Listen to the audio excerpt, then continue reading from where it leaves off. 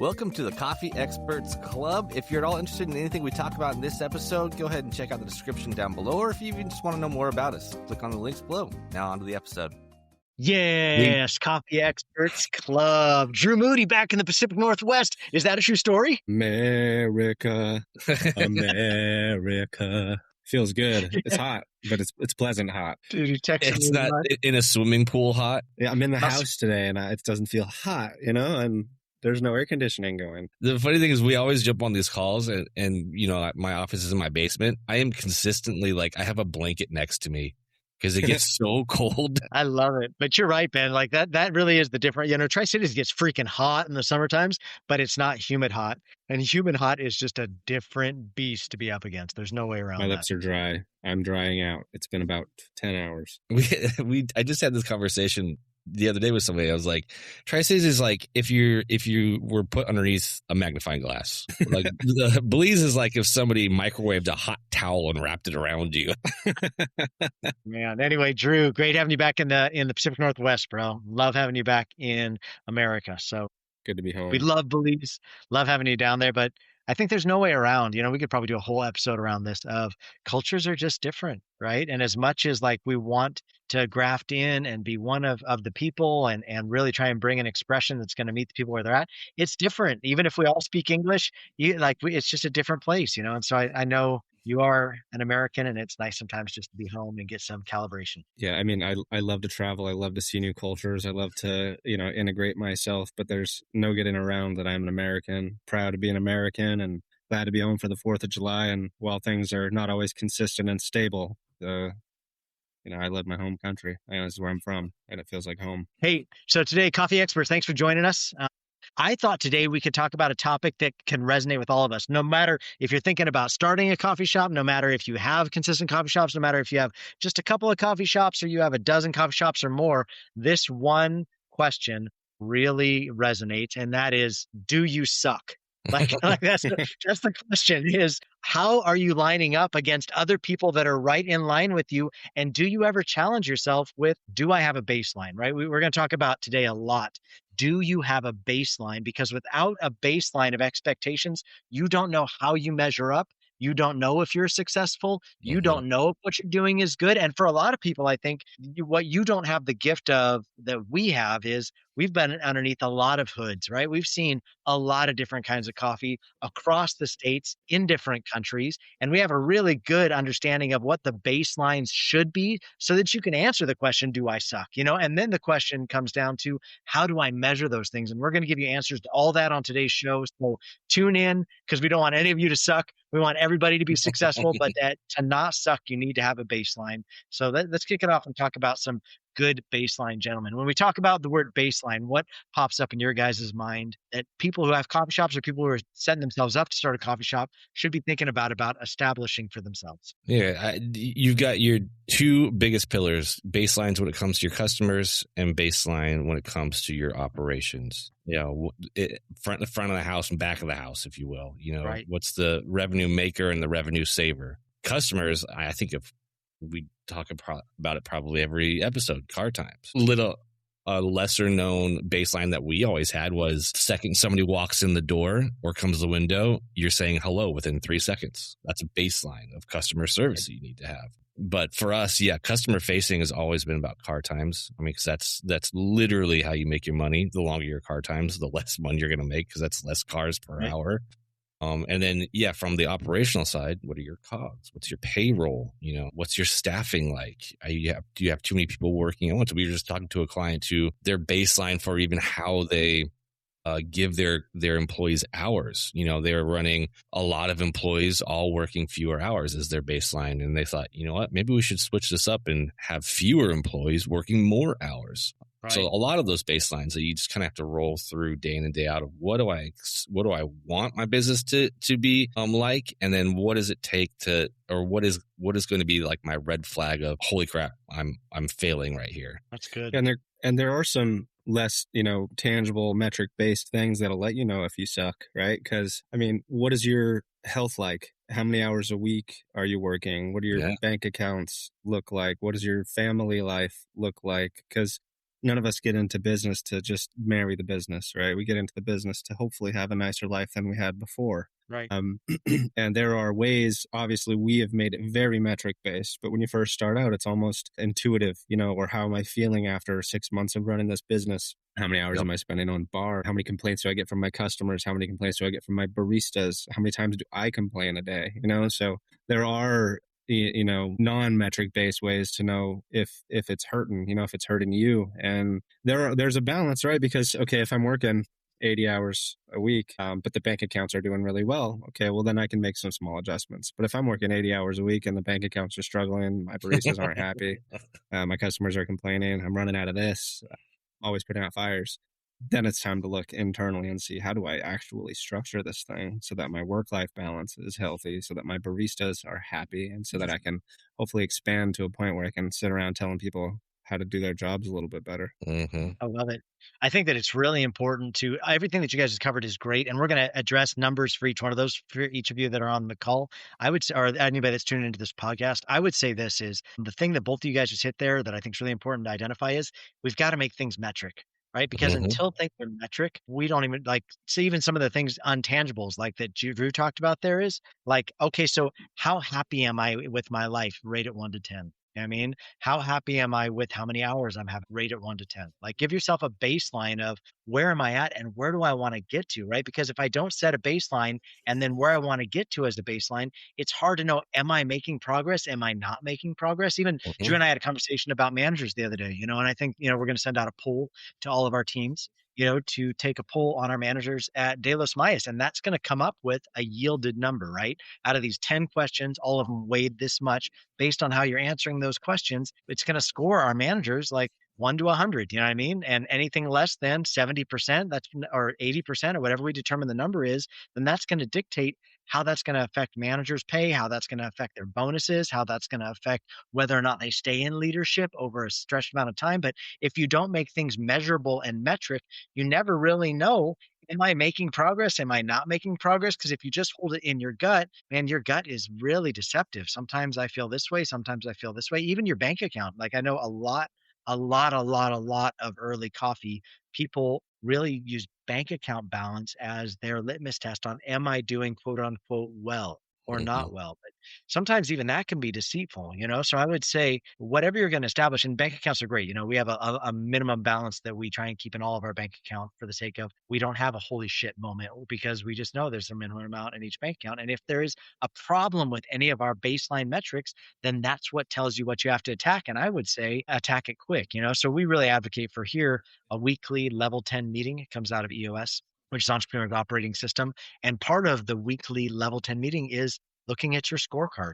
And I would say that's where you want these key metrics to live, right? The most important metrics to your business should live on a report card, a scorecard that you're looking at once a week to tell you, am I doing well at this? Am I not doing well at this? Some of them can't be measured weekly. Some have to be measured once a month, but at some sort of cadence, we need to have a baseline that is metric that we're holding numbers up to so that we can know, do I suck or am I actually doing okay at this? So I think, Ben, we've thrown out some numbers here or some metrics here, some line items. Why don't we talk about some of the ones that come to mind? You kind of talked about front of the house, back of the house. I think that's a great analogy. Let's talk about front of the house first, like customers first. Car times. I know you do a lot with car times with that you're responsible for. So tell me a little bit about car times. Yeah, I've been out in the field timing a lot of cars lately.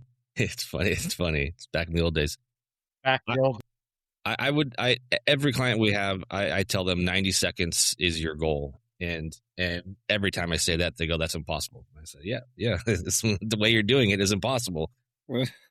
90 seconds should be the goal, but it also should be the minimum. So the worst car time, if I'm sitting there timing cars, the second they pull up to the window to the second that car starts leaving, that has to be at worst 90 seconds. At best, give me 20-second cars. Great. And so whenever we bring that up to clients, they go, that's impossible. We can't do that. I go, yes, I know. Otherwise, you would be doing that if it was possible the way you're doing it now.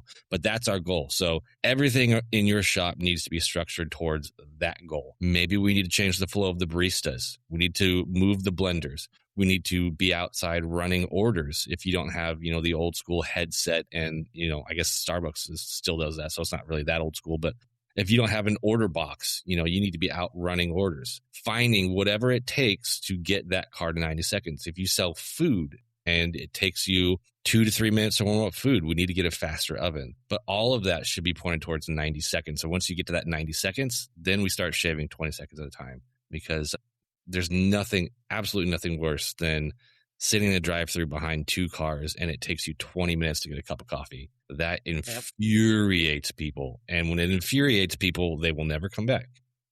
That's right. There's, it's funny. I was timing 2 different clients. One client's been in the game for quite a bit longer than the other.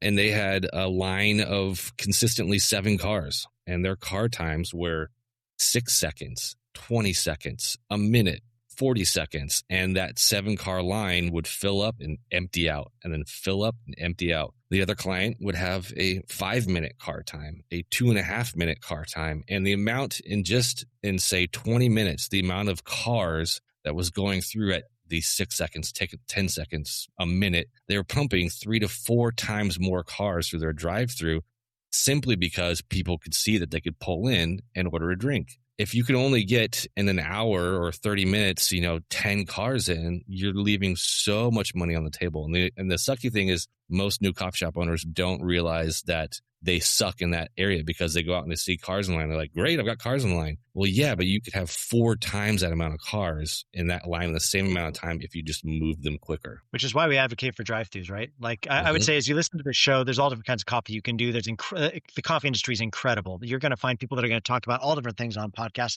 We talk a lot at Drive-Thrus because we believe that's where you can make the most money in coffee, because of the amount of people you can push through.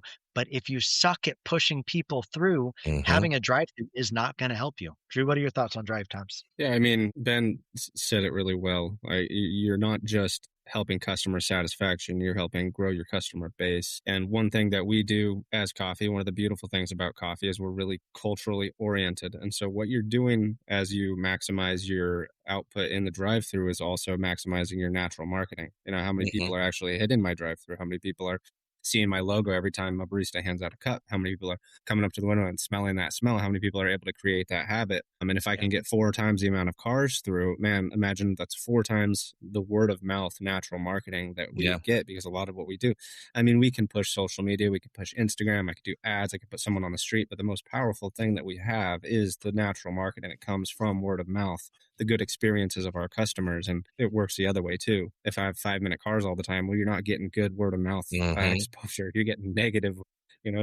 publicity. So, I mean, you really want to focus on customer experience, maximizing the drive potential, because that's dollars in an hour, right? 4 times the amount of cars, 4 times the amount of sales, 4 times the amount of dollars. And then they're going home and telling their friends about it, telling their friends about how good the experience was. And then they're able to come back that many more times, because I get through in 10 seconds. I'm like, maybe I'll come 3 times today. Yeah. We haven't even talked about subconscious too. Like, I think that if I drive by a coffee shop, no matter how much I love it, if I drive by and I'm headed somewhere else, my subconscious tells me, no. Sometimes I sit in that drive for 5 minutes. Yep. Like, sometimes I can't do it because they can't turn me fast enough.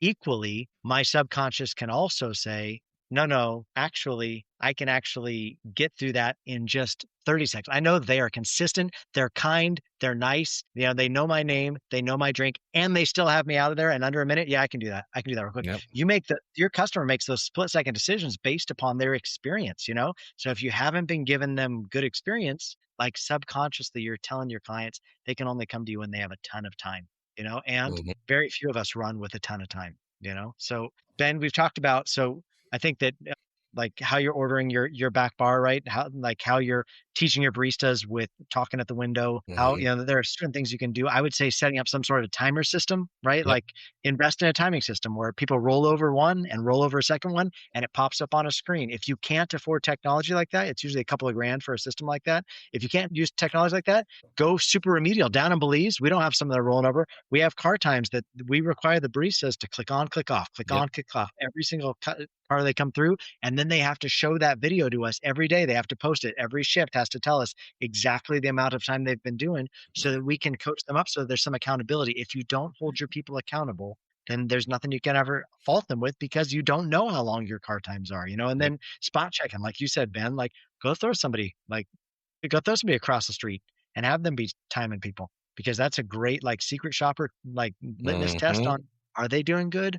Are they not doing good? So that you can coach your people up. So set a baseline, then create some accountability, because otherwise you don't know.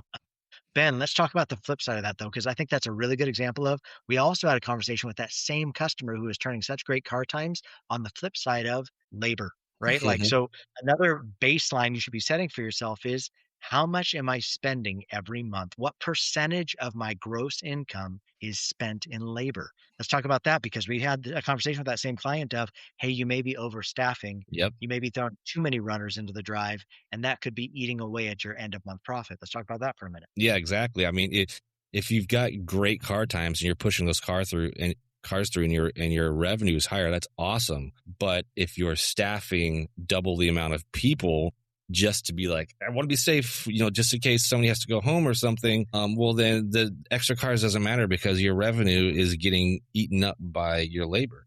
I would advocate for mid 20s or lower in a percentage point when it comes to your overall labor on your P&L.